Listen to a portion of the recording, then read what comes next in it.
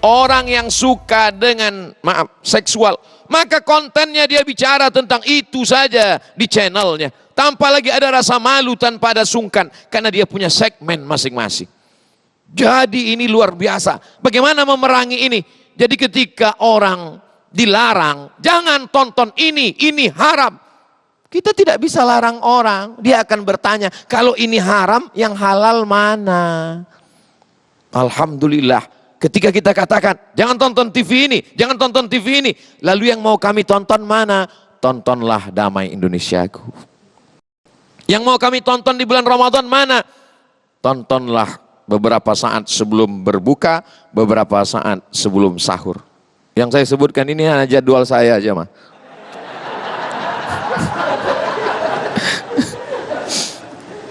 Ustadz Somad mengatakan membuat TikTok lip sync ceramah Ustadz itu katanya nanti amalnya jadi dosa jariah mengalir sampai ke kubur. Tapi orang yang bisa menirukan tausiah Mama Dede sampai mulutnya serentak seperti yang diucapkan, itu kan menunjukkan bahwa dia terus mendengar, berarti kan dia baik.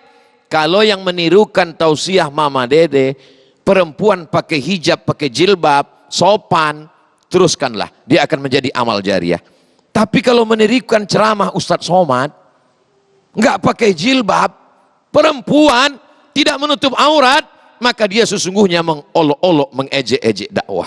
Tapi kalau dia sopan, dia baik, dia mengenalkan dakwah, maka sesungguhnya itu adalah amal soleh. Maka ini menjadi perhatian kita bersama. Ketika kita dikatakan dalam Al-Quran, la taqulu ra'ina, jangan kau katakan ra'ina. Ra'ina diambil dari kata ra'unah, ungkapan orang Yahudi untuk mengolok-olok, mengejek Islam. Lalu alternatifnya mana? Wa qulun zurna wasma'u, perhatikanlah kami, tapi jangan pakai kata ra'una. Ketika kita berkata website ini haram, TikTok ini haram, sinetron ini haram, maka sesungguhnya kita mesti bisa memberikan alternatif. Ini yang halal, ini yang boleh, ini yang mendidik, ini yang memberikan, ini yang menyegarkan umat. Ini tantangan bagi kita semua. Mungkin bahan-bahannya dari ustadz. Hai para guru besar di kampus, di universitas, kalian dokter membaca kitab. Wahai para kiai, tuan-tuan guru, alim ulama di pondok pesantren, kalian yang menyiapkan bahannya. Lalu saudara-saudara kita dari insan seni, dari paski, dari musyawarah, dari saudara-saudara sahabat hijrah, mereka akan membuatkan konten videonya, lalu kemudian akan diiklankan oleh guru-guru kita. Ini yang akan membentuk anak-anak kita sekarang. Mampir ke salah satu pondok tahfiz. Assalamualaikum Ibu. Waalaikumsalam. Gimana proses anak-anak tahfiz? Alhamdulillah Ustadz, kami ajarkan terus anak-anak. Gimana tertinggi targetnya? Sampai hari ini mereka bisa hafal juz 29, 30 sebelum masuk SD. Wow, mantap sekali. Apa keluhan yang ibu rasakan selama mengajar mereka? Setiap 10 menit guru-guru di kelas mesti buat iklan Pak Ustadz. Setiap 10 menit. Kenapa? Anak-anak ini mudah jemu. Nah, dia datang jemu bosan itu, ternyata televisi membentuk pola pikir anak. Kenapa setiap 10 menit guru mesti buat iklan? Karena setiap 10 menit ada iklan di televisi. Berarti sudah sampai iklan. Bener, tepat sekali Ustaz. Tahu, langsung ngerem mendadak. Nah ini kita akan berikan kesempatan bagi jamaah yang ingin bertanya. Dan kalau tadi kita sudah mendengarkan penjelasan tausiah dari Ustadz Abdul Somad, bahwa ya namanya teknologi itu ada manfaat, ada mudaratnya. Mudah-mudahan apa yang disampaikan Ustadz tadi akan membuat kita menjadi umat yang bijak untuk memanfaatkan perkembangan teknologi agar menjadi berkah buat kita semua. Kita ke Mama Dede terlebih dahulu Mama, menanggapi munculnya banyak media-media yang dengan istilahnya prinsip dakwah yang diberikan dengan model yang macam-macam begitu Mak ya. Ada yang joke, kemudian ada media yang serius. Nah Mama menanggapi sendiri dalam perjalanan kehadiran media yang sekarang ada kompetitor yang disebut dengan media digital. Bagaimanakah Mama menanggapinya? Baik, terima kasih Ustadz Agung. Saya sebagai orang tua, bagaimana saya menghadapi permasalahan ini? Saya bersyukur. Karena apa? sebagaimana saya katakan tadi, kan yang namanya tiap orang seleranya tidak sama. Yang namanya tiap generasi kehidupannya berbeda zaman, berbeda gaya, berbeda selera. Jadi saya sangat setuju dengan cara bagaimanapun berdakwah yang penting sampai kepada orang yang kita dakwahi. Apa yang kita niatkan buat mereka sampai. Dengan cara bagaimanapun, alhamdulillah sekarang ada yang dengan cara nyanyian, dengan cara digital seperti Ustadz Somad, dari internet, dari YouTube, itu semua sampai. Bahkan saya sendiri terus terang saja, sekian lama saya mengenal suara Kiai Haji Abdul Somad, saya tahu persis bagaimana gaya beliau berbicara, tapi maaf, baru tumben ketemu hari ini, punten. Sengaja kita pertemukan Mama. Ya, Qadarullah, Mama. jadi kenapa? Artinya apa? Yang namanya YouTube, yang namanya internet, yang namanya Instagram itu sangat bermanfaat. Walaupun kita tidak bertemu wajah, tapi ilmu-ilmu yang beliau sampaikan sampai kepada kita. Semoga ini bermanfaat buat kita semua. Amin. Amin, terima kasih. Ustadz Abdul Somad, sekarang kita ke Ustadz Abdul Somad. Mengingat dulu mungkin perjalanan media televisi yang ada satu televisi nasional TVRI pada saat itu, kemudian muncullah TV swasta, dan sekarang hadir TV yang istilahnya personal TV. Mereka bahkan memiliki kemampuan untuk bisa menampilkan channel-channel sendiri. Tapi ada satu hal yang barangkali dilupakan, masalah akhlak, masalah adab dalam membuat sebuah tayangan-tayangan. Saya ingin mendengarkan bagaimana tanggapan Ustadz Abdul Somad. Jangan lupa, kita ini negara kesatuan Republik Indonesia.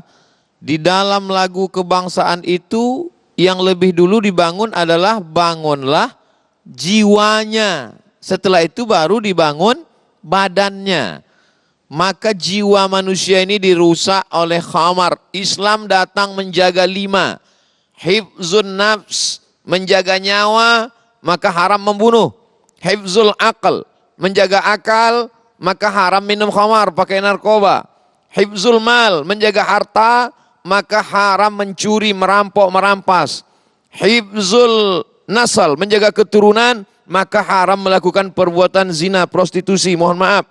Kemudian hifzul aurat, menjaga kehormatan diri, haram caci maki. Maka dasar-dasar ini mesti kita terapkan dalam dunia demokrasi, suara terbanyak, suara Tuhan.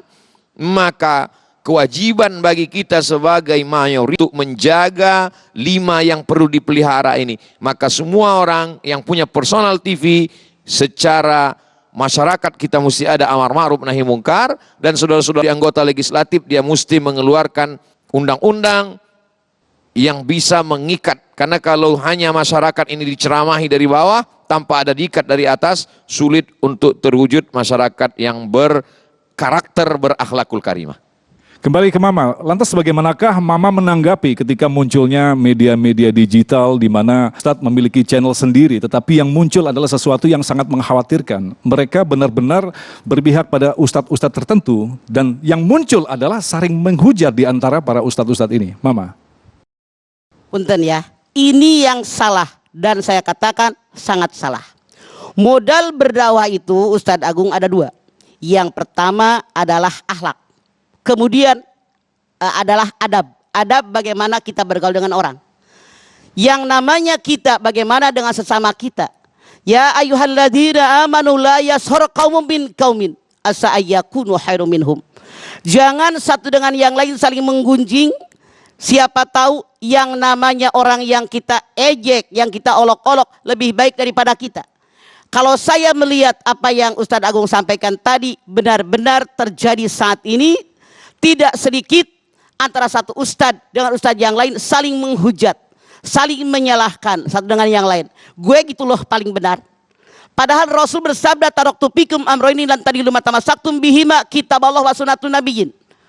2 perkara yang aku tinggalkan buat kalian. Kalau kalian berpegang dengan 2 perkara, hidup kalian selamat dunia akhirat. Mana yang 2 perkara? Quran dan sunnah Rasul.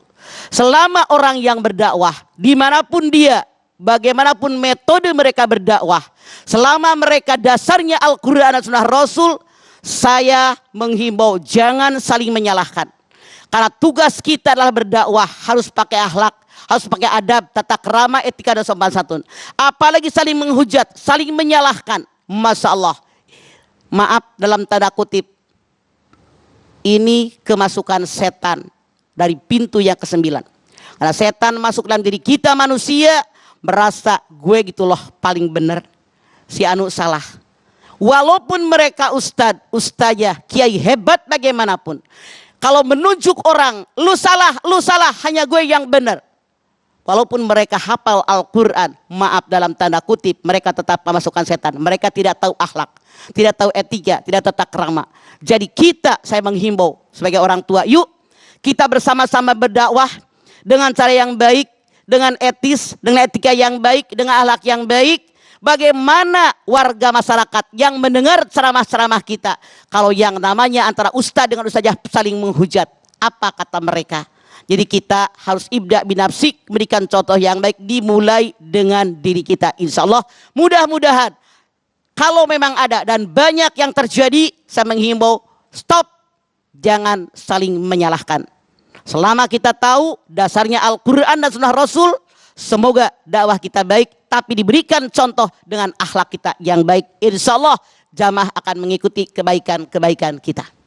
Baik, terima kasih Mama Ustadz Abdul Somad yang telah memberikan sebuah pelajaran penting bagi kita. Satu hal yang patut kita ingat bahwa justru dengan kehadiran teknologi digital ini bisa kita katakan sebagai anugerah dari Allah untuk memudahkan kita menuntut ilmu dan sekaligus memudahkan kita untuk menyatukan begitu banyak perbedaan yang pada saat itu sangat susah untuk disatukan karena belum hadirnya teknologi. Langsung saja akan saya sampaikan. Yang pertama ada pertanyaan nih untuk Mama. Mah, pertanyaannya adalah bagaimana kita mensyukuri kalau kita sudah tergolong orang yang mensyukuri? Silakan Mah. Baik, syukur. Syukur itu menampakkan nikmat ke permukaan. Bagaimana cara kita mensyukuri? Yang disyukuri nikmat kita. Allah Subhanahu wa taala berfirman, "Wa in ta'uddu nikmatallahi la tusuha." Kalau kalian menghitung nikmatku tidak akan terhitung. Duduknya kita di sini nikmat. Kalau tidak ada acara damai, kita belum tentu duduk di sini. Alhamdulillah, Paulin. Bagaimana mensyukuri nikmat? Mensyukuri nikmat dengan 3 cara. Yang pertama, syukur dengan hati.